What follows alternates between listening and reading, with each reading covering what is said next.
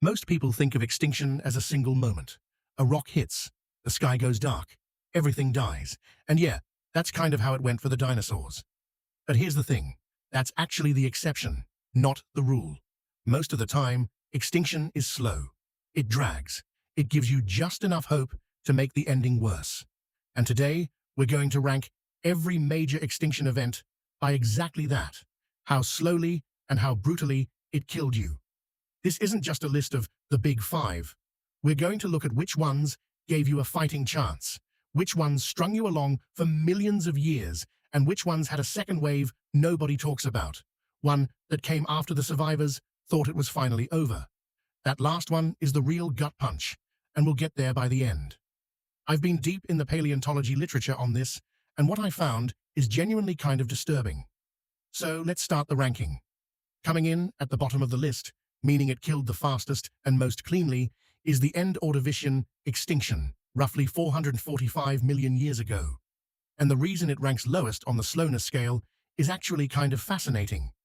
The end Ordovician hit hard and fast compared to what came later, and almost all of its victims were marine organisms. Here's why that matters.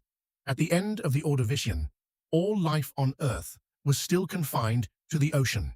Land hadn't been colonized yet. So this extinction, as devastating as it was percentage-wise, had a natural ceiling on how much life it could even reach.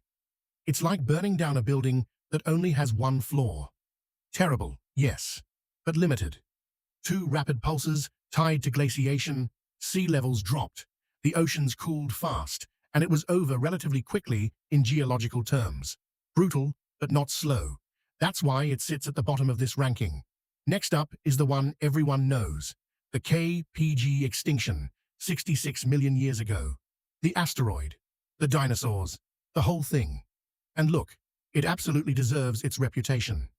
A rock roughly 10 kilometers wide hit the Yucatan Peninsula, and the shockwave, the firestorm, the ejector blanket, the nuclear winter-style darkness, all of that happened fast. Geologically speaking, this was nearly instantaneous. But here's a detail that almost never gets mentioned.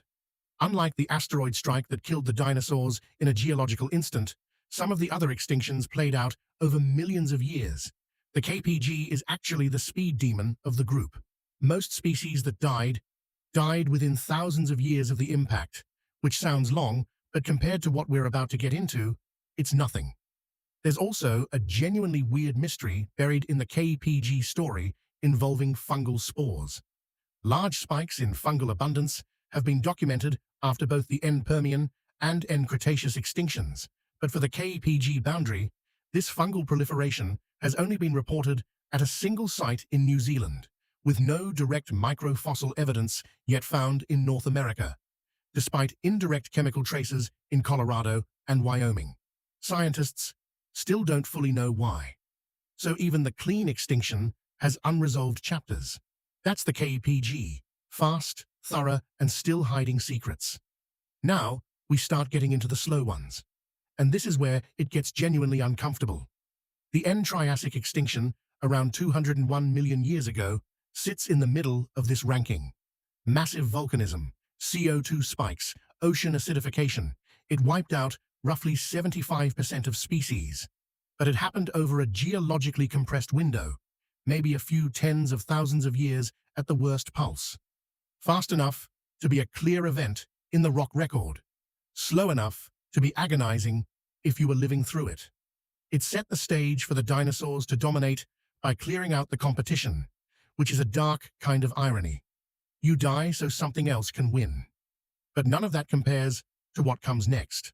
The Permian extinction, called the Great Dying, is the one that almost ended everything. About 251.9 million years ago, around 90% of all species went extinct. 90%. That's not an extinction event. That's nearly a reset. And the mechanism wasn't one thing. It was everything at once. Massive volcanic eruptions in what's now Siberia pumped the atmosphere full of CO2, methane, sulfur, and gases so toxic that some researchers have compared the air near the eruption zones to WWI battlefield conditions.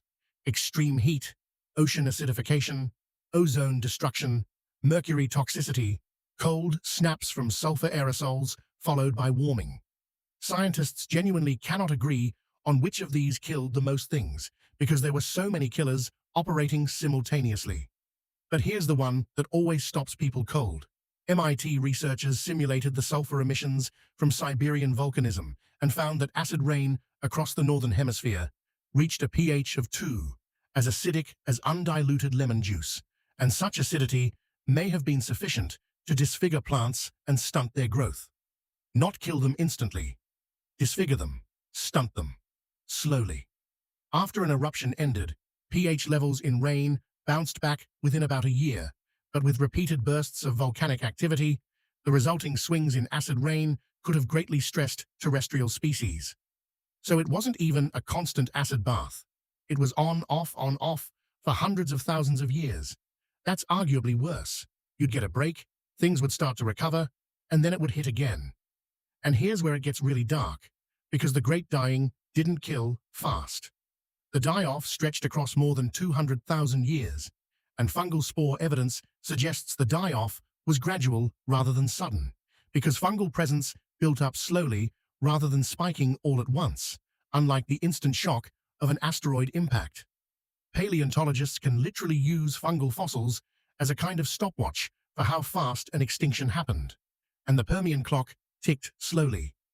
But here's the part I promised you at the start, the thing nobody talks about. Some species survived the Great Dying, including Gorgonopsians, the dominant saber-toothed predators of the late Permian, but they didn't survive long, making them what paleontologists call a dead clade walking.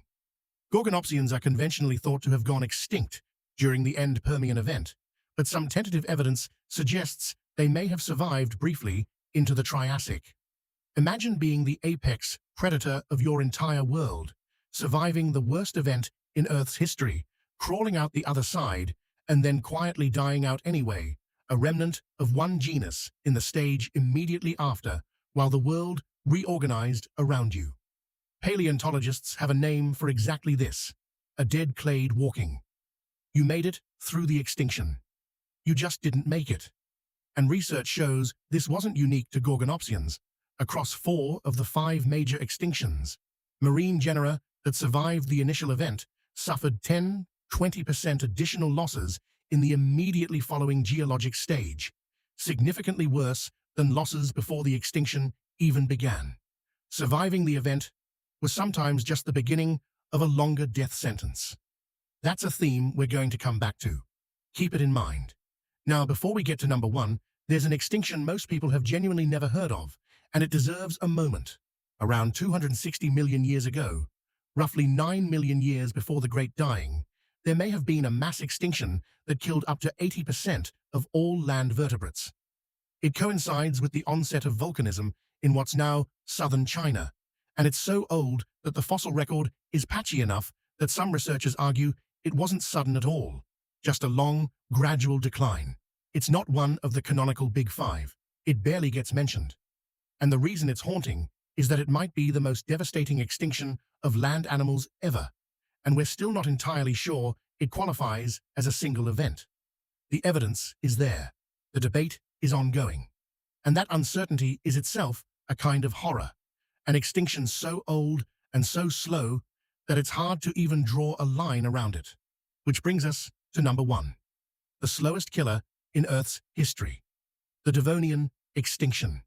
And calling it an extinction is almost misleading, because what it really was is a slow-motion collapse that lasted tens of millions of years.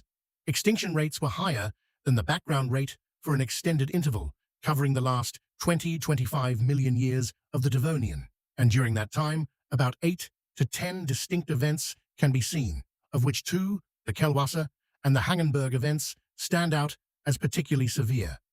These extinctions resulted in the elimination of 70 to 80% of all animal species and about 20% of animal families of the time. Think about what that means. Not one event, not 2.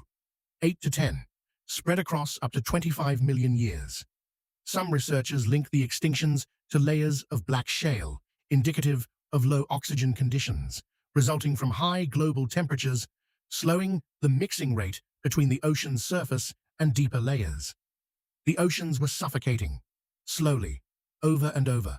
Unlike the asteroid strike that killed the dinosaurs in a geological instant, this extinction played out in at least two major pulses, separated by about 15 million years, making it one of the most drawn-out biodiversity crises the planet has ever experienced. And here's the cruel twist inside the Devonian.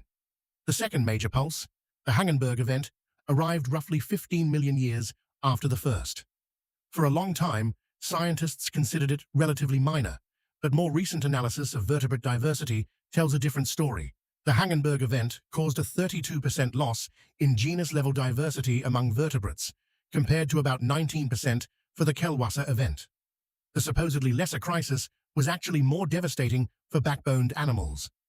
The thing that was supposed to be the aftershock was actually worse than the original earthquake. And after it was done, the fossil record of the first 15 million years of the Carboniferous period that followed is largely void of terrestrial animal fossils, a period paleontologists call Romer's Gap. Silence in the rock record. Life had to rebuild from almost nothing again. So here's what this ranking actually tells you when you step back and look at it. The asteroid was fast. The Ordovician was limited. The Triassic was compressed. But the Permian and the Devonian, those weren't events. They were eras of dying. They killed in waves, gave survivors false hope, and then came back. The Great Dying took over 200,000 years and had a second wave that quietly finished off the apex predators who thought they'd made it. The Devonian took 25 million years and saved its worst punch for last. And the thing that ties all of this together, the real takeaway, is that surviving an extinction doesn't mean you won. For the Gorgonopsians, for the marine genera that kept dying off in the stages after each event, survival was just a slower version of the same ending. The extinction wasn't the moment everything died. For many species, it was just the moment the clock started. If this kind of deep-time horror is your thing, and clearly it is, because you're still here, drop a comment with which extinction you think sounds the most miserable to live through. I'm genuinely curious whether people pick the slow grind of the Devonian or the multi-front nightmare of the Permian.